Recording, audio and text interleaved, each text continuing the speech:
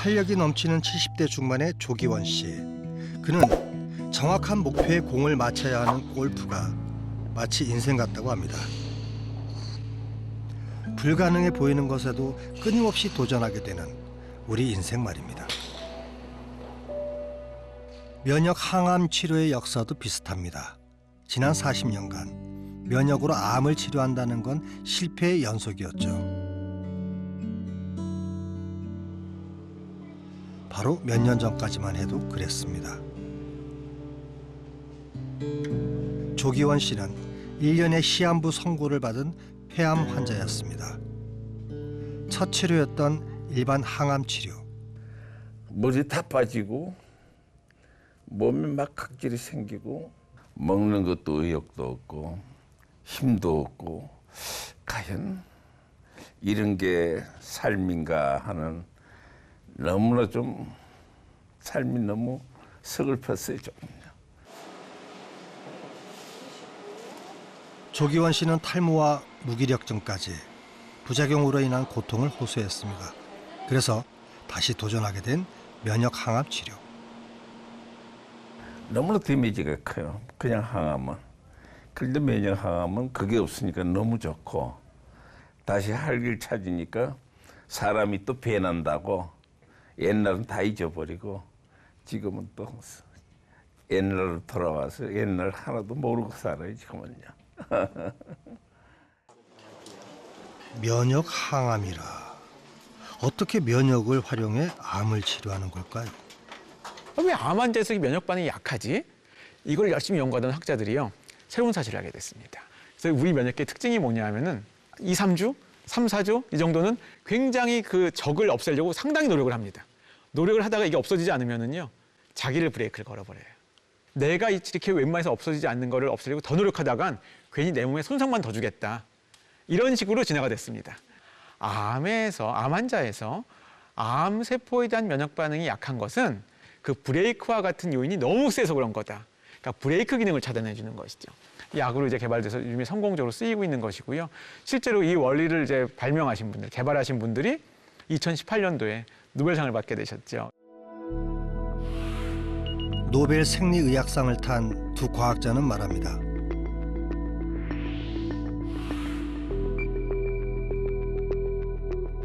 면역을 활용하면 암과 싸우는 신체 능력도 바꿀 수 있다고요.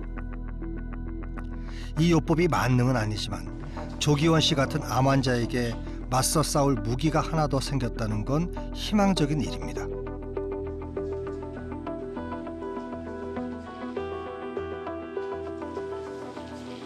땅콩 같은 거 쫙. 지난해 2월부터 9번의 면역 치료를 받은 지금 조기원 씨의 몸에는 어떤 변화가 있었을까요? 사이 보면 의심이 되긴 하는데 그게 훨씬 많이 없어지고 주로 까맣게 변했어. 이게 이제 한 달 상관이에요. 한 달 연 상관이거든. 엑스레이 또 이런 거, 이런 것들 보이죠? 폐에 퍼져 있던 암세포 덩어리가 눈에 띄게 줄었는데요. 다행히 암 치료에 진전이 있었습니다. 확률이 10명 중에 한 2명? 한 2명 정도 들어요. 그러니까 무슨 얘기냐 그러면 우리 같은 경우가 확률적으로 한 20%가 채 안 되는 거죠. 경과가 좋아서 이 약을 당분간은 계속 더 쓰셔야 됐어요. 감사합니다. 면역 항암 치료는 면역 조직 검사로 확률을 예측합니다. 그 수치가 50%가 넘는다 해도 막상 둘 중 하나는 치료 효과가 없을 만큼 확률이 낮은데요. 모두에게 효과가 나타나는 건 아니라서 여전히 해결해야 할 과제가 남아 있습니다.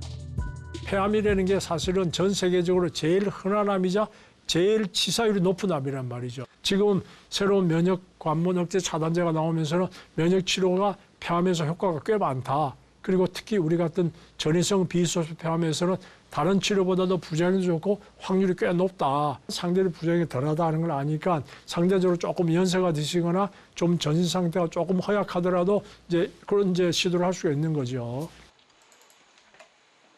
물론 면역 항암 치료도 내성이나 부작용으로 중단하는 경우가 많습니다.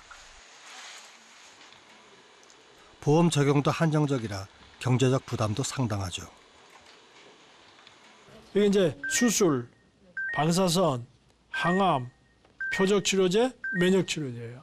어느 하나보다는 둘, 혹은 셋을 겸해서 쓰거나 아니면 순차적으로 이렇게 이렇게 하나씩 쓴다거나 그런 경우가 대부분이세요. 이 컨비네이션이라고 그러는데 컨비네이션 그러니까 뭐 그런 치료가 요즘 이제 여러 가지 면에서 많이 도입이 되는데 이 면역 치료가 특히 폐암에 있어서는 제일 최근에 허가가 되고 도입이 돼서 많이 쓰이고 있고 나름대로 많이 도움이 되긴 하지만 그것도 모든 환자에 다 해당되는 거 아니다. 손해 보거나 아니면 쓰면 안 되는 환자도 있다는 걸 꼭 알아야 되거든요.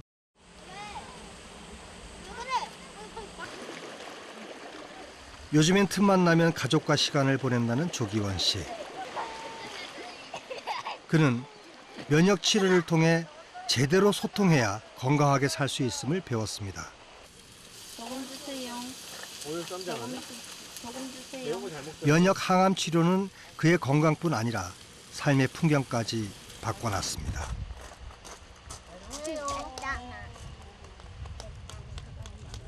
다시 살아나니까 두 분 사는 그런 기분이에요. 새로운 인생을 사는 기분이니까 뭐라고 얘기할 수가 없어요.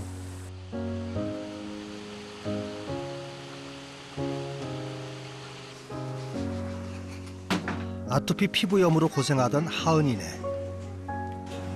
이불을 고온 건조시키며 하루를 시작하는데요. 마카롱 좋아해요. 일로 와요. 한 달 만의 변화라면 이제 하은이가 좋아하는 마카롱도 자유롭게 먹을 수 있게 됐습니다. 물이라도 먹자. 물 마실래? 우유 마실래? 달걀과 밀가루에 대한 알레르기가 사라진 덕분이죠. 처방대로 약과 보습제도 차례로 바릅니다. 예뻐져라, 예뻐져라. 예뻐져라. 우리 예뻐져라. 다리 엄청 좋아졌다, 그치? 피부가 신기할 정도로 회복되었죠. 또 선생님이 얘는 지금 피부 상태가 많이 안 좋으니 보습제보다 먼저 스테로이드를 먼저 발라줘서 침투를 시킨 후에 보습제를 바르라고 하시더라고요. 그래서 저희가 이제 그 방법대로 하니까 진짜 아이가 많이 확실히 좋아지더라고요. 그래서 깜짝 놀랐어요. 여태까지 잘못된 방법으로 발라주고 있어서 뭔가 하나의 흡수는 덜 됐었구나라는 생각이 들어가지고. 필요한 처치만 쏙쏙 골라 하니 여유도 생겼습니다. 시간적으로 아이한테 쓰는 시간이 많이 줄었어요. 예. 지금은 애도 잘 자고 저도 잘 자고 네, 너무 감사하고 만족하고 있어요. 네. 올바른 대상에 집중하는 방법을 배우며 하은이의 면역도 더 성장해 갈 겁니다. 잃어버렸던 일상을 되찾은 또 한 명의 아토피 피부염 환자 정원희 씨. 작년부터 받은 면역 치료 덕분에 상태가 크게 호전됐습니다. 그녀의 몸과 마음이 회복된 데에는 면역 치료 못지않게 큰 역할을 한 게 있는데요. 바로 남편과의 대화입니다. 그렇죠. 지금 아주 간단한 예로는 TV에서 되게 맛있는 집이 나와가지고 저 집을 한번 가보자. 언제 갈지 가자 해서 언제 갈지부터 시작해서 어떤 경로로 가야 될지 이제 이런 대화들을 이어나가는 거죠. 계속. 그러다 보면 어느 순간 가자라고 하는 순간 이제 계속 그 대화에 빠져 있는 거잖아요. 긁지도 않고. 끊임없이 소통을 시도하며 문을 두드린 남편. 덕분에 원희 씨는 마음을 열고 세상 밖으로 나오게 됐습니다. 다양한 종류의 면역세포가 존재하면서 서로 의사소통을 하고 협업하는 것이 하나의 목표를 달성하기 위해서 제일 중요한 것인데요.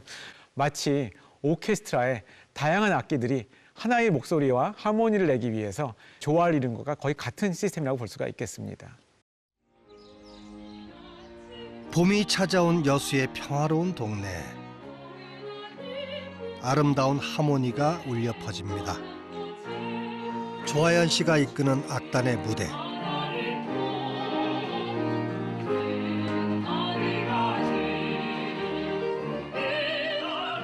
관객들을 직접 찾아가는 연주회인데요.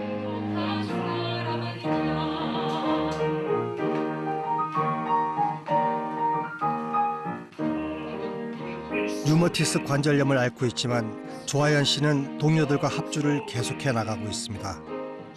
혼자였다면 불가능했을 일이죠.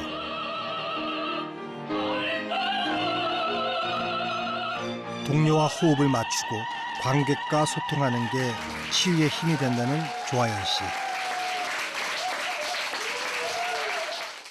역시 내가 누군가에게 사랑을 주고 소통이 되면 그 좋은 기운이 나한테 와서 아픈 것도 없어지고 이런 생각이 들더라고요. 우린 모두 연결되어 있습니다. 면역 질환의 실현에도 감염병의 위협에도 인류는 함께 답을 찾아가는 중입니다. 잘못된 신호가 어떻게 내 몸을 파괴하고 완벽하게 설계된 한 우주를 무너뜨리는지 면역은 보여줬습니다.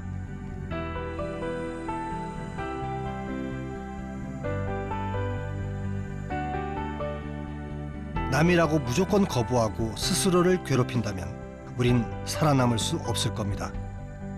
그러니 이제 마음을 열고 제대로 된 소통을 시작해보면 어떨까요? 우리 삶에도 우리의 위대한 면역계에도 생명의 하모니는 계속되어야 합니다.